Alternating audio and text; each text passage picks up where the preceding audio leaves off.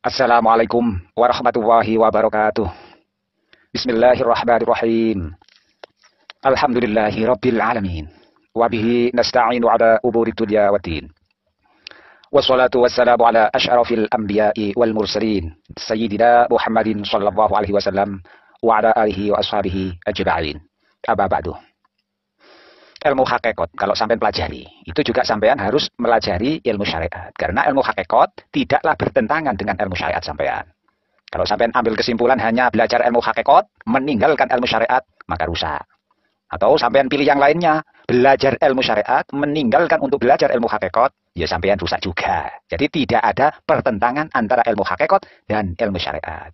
Kalau kedua ilmu, antara ilmu hakikat dan ilmu syariat tersebut sampean berani mentertentangkan, maka hukumnya sampean akan menjadi seorang yang kafir. Naudzubillah.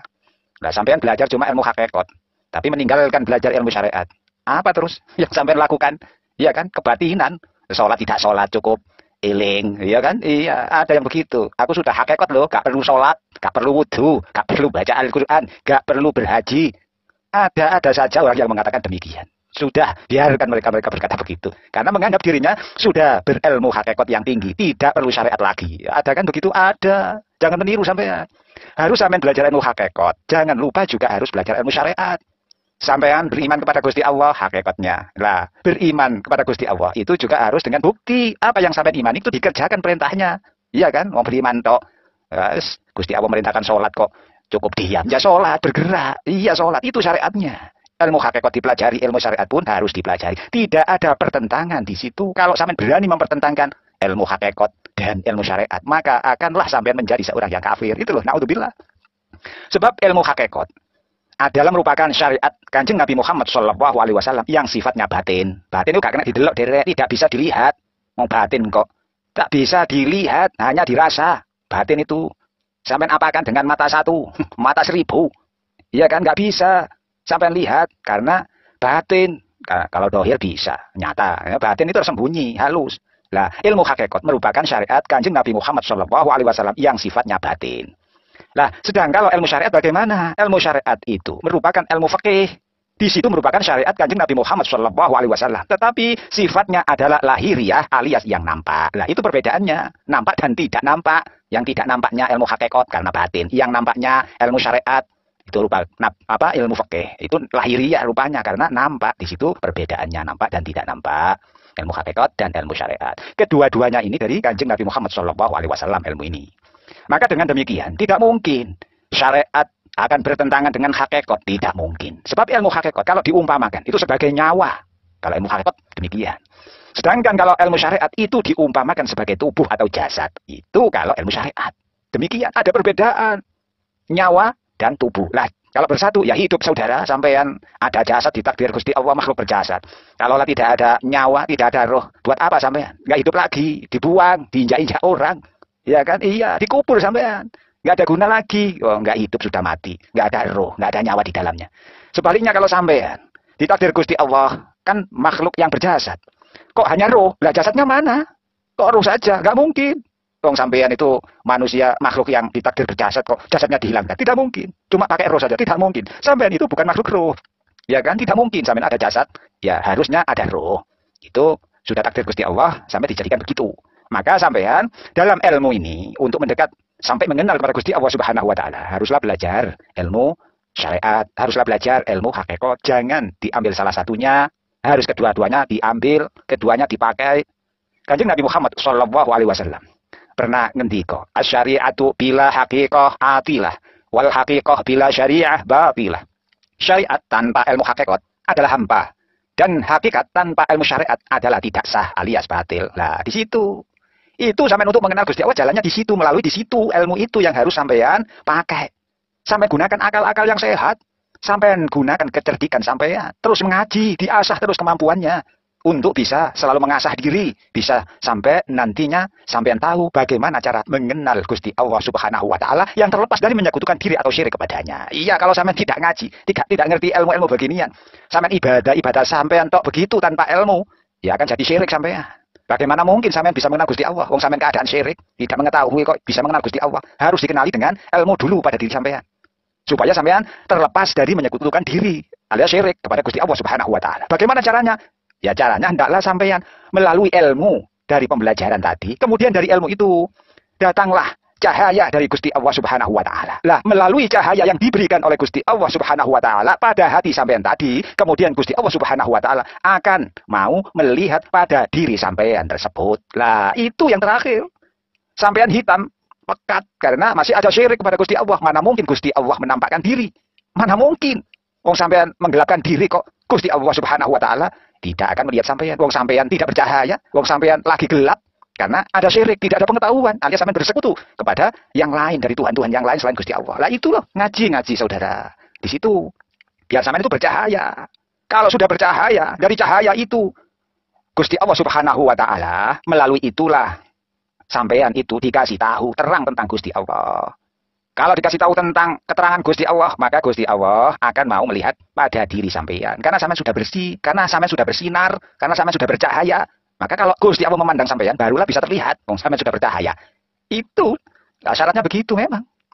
Lah, makanya ngaji seperti ini, itu harus belajar tentang pengenalan diri sampean dulu sebelum mengenal Gusti Allah. Bagaimana cara mengenal diri? Ya tentang sifat-sifat sampean yang sebagai manusia itu, yang harus sampean kenali. Biar sampean itu berhakikat. Iya kan? Iya. Sampean itu punya sifat yang diberikan kepada sampean. Gusti Allah sudah memberikan sifat-sifat kepada sampean. Kayak sifat apa? Lah sampean itu manusia, tentu jelas. Semua manusia adalah bersifat hina. Semua manusia adalah bersifat fakir. Semua manusia adalah bersifat lemah. Itu sampean ketahui dengan mengenal diri bahwa sampean itu hina, bahwa sampean itu fakir, bahwa sampean itu lemah. Sedangkan pemberian Gusti Allah Subhanahu wa taala pada sampean nantinya adalah kemuliaan dan kekayaan, kekuatan dan kekuasaan. Sampean tadinya hina, dikasihlah oleh Gusti Allah kemuliaan. Sampean tadinya fakir, diberilah oleh Gusti Allah selanjutnya kekayaan. Sampean lagi dulunya lemah, dikuatkanlah oleh Gusti Allah, terus diberi kekuasaan. Lah itu harus sampean teliti benar apa yang sudah Allah berikan kepada sampean. Maka jika Anda dulunya hina, lalu menjadi mulia, dulunya fakir sampean, lalu menjadi kaya, dulunya lemah sampean, kemudian sampean jadi kuat dan berkuasa. Itu berarti satu pemberian Gusti Allah Subhanahu wa taala kepada sampean. Itu harus diteliti. Iya, harus diingat-ingat. Pemberian Gusti Allah, saudara-saudara. Sampean semua hina, sampean semua fakir, sampean semua lemah. Demikian Gusti Allah memberikan kepada sampean kemuliaan dari kehinaan sampean. Gusti Allah Subhanahu wa taala memberikan kekayaan dari kefakiran sampean. Gusti Allah memberikan kekuatan dan kekuasaan dari lemah sampean. Itu pemberian Gusti Allah Subhanahu wa taala kepada sampean. Harus sampean ketahui, ini ngaji. Jangan yang lain-lainnya, sampean ketahui diri sampean itu loh. Di dalamnya ketahui dulu. Iya, harus itu. Dengan demikian maka pakailah kemuliaan, pakailah kekayaan, pakailah kekuatan, dan pakailah kekuasaan itu dengan terus ingat terus kepada Gusti Allah Subhanahu wa taala dan tidak akan melupakan pemberiannya. Itu. Dan terus sampean pikirkan kemudian bahwa Anda sampean itu asalnya tidak ada. Tidak ada sampean itu asalnya. Kemudian Gusti Allah Subhanahu wa taala memberikan kurnianya kepada sampean hingga sampean itu ada. Diberikannya pada diri sampean berupa kenikmatan, berupa kesehatan dan lain-lainnya yang sangat banyak sekali. Juga di dalamnya kepada sampean diberikan rezeki. Dengan rasanya ada rasa manis, asam, tawar, pahit, asin, pedas dan lain-lainnya. Itu diberikan rezeki oleh Allah kepada sampean. Pikirkanlah nikmat Gusti Allah pada sampean itu. Tetapi mengapa? Ini pertanyaan, mengapa sampean itu lalu menjadi malas mengerjakan perintah dari Gusti Allah Subhanahu wa taala? Malah sampean gemar bermaksiat kepada Gusti Allah Subhanahu wa taala. Dan tidak benar kalau sampean dikatakan hewan. Iya kan? Sampean itu manusia. Sampean itu dikasih, diberi oleh Gusti Allah Subhanahu wa taala banyak nikmat. Tidak bersyukur, tidak ingat, disuruh mengerjakan perintah, malah bermaksiat. Apa sampean hewan? Tidak kan? Iya kalau hewan. Hewan ya sudah, kelakuannya ya begitu, sudah tidak akan memikirkan adanya hidup sesudah mati. Itu hewan. Kalau sampean, ya jangan seperti dikatakan hewan. Wong sampean manusia. Harus ingat, setelah sampean hidup ini, ya habis, kan mati. Ada apa setelah kematian sampean nanti? Itu kan pertanggungjawaban sampean dari kehidupan sebelum sampean. Sebelum mati sampean itu kan hidup, itu dipertanggungjawabkan dalam kematian sampean nanti. Ini sampean manusia, jangan berkelakuan seperti binatang. Nah, itu sampean harus belajar, mengkaji terus bagaimana bisa sampean mencapai hakikat. Jika sampean telah mencapai hakikat, maka segala sesuatu nanti itu tidak sampean pikirkan lagi dalam hati sampean, kecuali hanya di dalam hati sampean Allah, Allah, Allah, itu saja. Lagi ya, saya ulangi. Kalaupun sampean sudah mencapai hakikat ini, maka nanti pada diri sampean segala sesuatu tidak akan sampean pikirkan lagi dalam hati sampean, kecuali hanya Allah, Allah, Allah, itu saja. Itu kalau sampean sudah mencapai hakikat. Makanya harus mengkaji diri dulu. Itu kalau sampean berhakikat, sudah bertauhid yang benar, maknanya begitu. Kalau tidak berhakikat, sampean tidak bertauhid yang benar. Tauhid yang benar sampean itu meniadakan segala sesuatu yang bentuknya lahiriah atau materi, kecuali hanya Gusti Allah Subhanahu wa Ta'ala. Itu sudah tauhid sampean, tauhid yang benar, karena sampean sudah berhakikat. Maka segala sesuatu pada diri sampean rasakan tiada, musnah, hilang, lenyap semua, segala sesuatu apapun bentuknya yang lahiriah materi, hanya yang ada Gusti Allah Subhanahu wa Ta'ala. Lah disitulah sampean sudah bertasawuf yang benar. Selanjutnya begitu. Apakah iya sudah bertasawuf yang benar? Ya jelas iya. Tasawuf yang benar sampean, yaitu sampean sudah meninggalkan segala macam keluhan, segala macam permintaan, sudah sampean tinggalkan. Yang ada hanya Allah, di situ saja. Kalau sudah Allah, mana ada sampean berkeluh, mana ada sampean berminta, hanya kepada Gusti Allah Subhanahu wa Ta'ala, tiada yang lainnya. Begitu loh. Kalau tidak ada Gusti Allah pada diri sampean, jelas sampean masih berkeluh pada makhluk, masih berminta diri pada makhluk. Ini tasawuf sampean, tasawuf yang benar dikatakan begitu, bila sampean sudah benar-benar meninggalkan segala macam keluhan dan permintaan kepada makhluk. Hanya berkeluh dan hanya berminta diri pada Gusti Allah Subhanahu wa Ta'ala. Inilah sampean bertasawuf yang benar.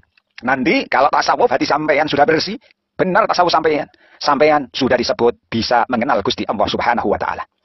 Untuk mengenal Gusti Allah Subhanahu wa Ta'ala, intinya dulu, ya kemarin-kemarin itu, kenalilah lebih dahulu diri Anda itu siapa. Harus kenal dirinya dulu. Baru kalau sudah kenal dirinya sampean, maka bolehlah sampean sudah melangkah untuk mengenal Gusti Allah. Lah ini baru sampean kenal pada Gusti Allah, karena sudah mengenal diri sampean sebelumnya.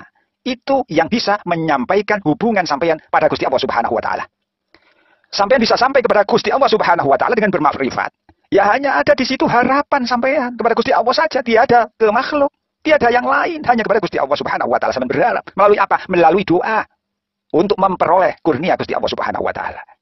Itu talinya begitu, terusannya begitu.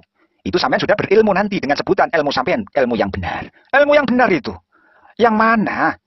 Yaitu ilmu sampean yang nantinya sampean belajar dengan ilmu itu yang dapat membedakan antara sifat yang baik, jahat, lahir, batin, yang mana awal, yang mana akhir, yang mana halal, yang mana haram, yang mana makruh, mubah, yang mana sunat, fardu, syarat, rukun, sah, dan batal. Disitulah sampean dengan belajar itu, belajarlah dengan ilmu yang benar. Iya, itu sampean nanti kepada hubungan sampean kepada Gusti Allah Subhanahu wa Ta'ala. Apa yang dapat mengalahkan ilmu sampean? Itu hati-hati ada loh. Sampean belajar-belajar, ngaji-ngaji, itu bisa dikalahkan loh. Wong ilmu kok ada yang mengalahkan, ada yang mengalahkan ilmu sampean itu. Yang mengalahkan ilmu sampean adalah nafsu sampean sendiri, bukan orang lain. Sampean pinter notok ya, faham yang amat, cerdas yang terlalu, tapi bisa sampai dikalahkan semuanya. Itu dikalahkan oleh nafsu sampean sendiri. Hati-hati, inilah untuk mengenal diri. Di situ dalam diri sampean ada nafsu. Sepandai, sepintar, sepaham mana sampean keadaannya. Ingatlah, selalu dihantui oleh nafsu sampean. Nanti kalau tidak sampean bisa untuk menginjak nafsu sampean, mengikat nafsu sampean akan merajalela. Ini bisa mengalahkan ilmu sampean. Selanjutnya, apa yang dapat mengalahkan nafsu sampean itu? Nafsu bisa sampean kalahkan, yaitu dengan takut sampean kepada Gusti Allah Subhanahu wa Ta'ala dengan sebenar-benar takut. Nah, itu nafsu harus dikalahkan dengan takut sampean pada Gusti Allah. Ketakwaan sampean harus ditingkatkan terus biar nafsu sampean terkalahkan. Lah itu belajar sampean, terus mengkaji. Loh, mengkaji, belajar, iya, belajar atau berilmu itu sampai mana? Kesudahannya ilmu itu bagaimana? Kesudahan ilmu sampean. Kalau sampean sudah kembali ke asalnya, dulunya tanah, kembali ke tanah, ya sudah tidak belajar lagi, sudah pensiun untuk ngaji karena sudah wafat, sudah mati, sudah meninggal, kembali ke asalnya yaitu tanah. Baru sampean jangan ngaji, wong mati kok. Oh, belum mati kok sudah nggak ngaji, itu bagaimana? Merasa pinter, merasa ngerti. Masih terus mengkaji sampean dalam ilmu ini, karena kesudahan ilmu sampean itu adalah kembali kepada asal sampean. Asal dari mana? Tanah. Ya kembali ke tanah alias mati. Kalau belum mati, tetaplah mengkaji, tetaplah belajar. Terus belajar makrifat. Lah, sampai mana terus belajar makrifat? Kok nggak sudah nggak selesai itu loh. Loh begini loh saudara, saya jawab. Kesudahan makrifat sampean, yaitu bila sampean sudah tidak mengetahui lagi tentang keadaan diri sampean. Nah, itu sudah selesai makrifat sampean. Kalau sampean tahu keadaan diri sampean, sampean masih paham keadaan diri sampean, itu makrifat sampean belum selesai. Kalau sudah notok makrifat sampean, sudah tingkatan yang tinggi makrifat sampean, dikatakan begitu bila sampean sudah tidak mengetahui lagi tentang bagaimana keadaan diri sampean. Aneh ya? Iya aneh, begitu memangnya. Sudah tidak tahu dirinya lagi itu loh, makrifat yang tinggi. Memang begitu. Kalau masih mengetahui tentang keadaan diri sampean, itu makrifat sampean ya begitu-begitu saja. Tidak dikatakan bermakrifat yang tinggi. Lah, itu harus sampean pikirkan. Karena ini semua menggunakan akal. Dasarnya akal digunakan, diasah dari pengajian. Kalau nggak ngaji, nggak belajar, bagaimana mungkin akal sampean itu sehat? Bagaimana mungkin sampean itu bisa berpikir untuk cerdas? Ya tidak bisa, harus mengaji, terus mengkaji. Karena kesudahan pemikiran akal sampean. Bila ya lemah untuk memikirkan keadaan tentang ketuhanan sampean yang hampir tidak bisa dijangkau oleh pikiran sampean. Sampean memikirkan tentang Tuhan, belajar tentang Tuhan, sudah tidak bisa sampean jangkau. Sudah notok habis. Lah, disitulah pemikiran sampean selesai. Jangan diteruskan. Itu kesudahan pemikiran akal sampean. Cukup sampai di situ. Kalau sampean teruskan akan koplak. Iya, kalau diteruskan senting, seneweng, bin gendeng. Iya, kalau teruskan saja bab ketuhanan. Sampean pikir terus. Sampean pikir terus, tidak sampean jangkau akal sampean hanya di situ. Kalau sudah di situ, sudah berhenti untuk memikirkan daripada ketuhanan Gusti Allah Subhanahu wa taala. Karena sudah tidak bisa sampean jangkau oleh pikiran. Di dalam hadis Kanjeng Nabi Muhammad SAW ada itu yang artinya lemah untuk mencapai sesuatu berarti telah sampai. Assalamualaikum warahmatullahi wabarakatuh.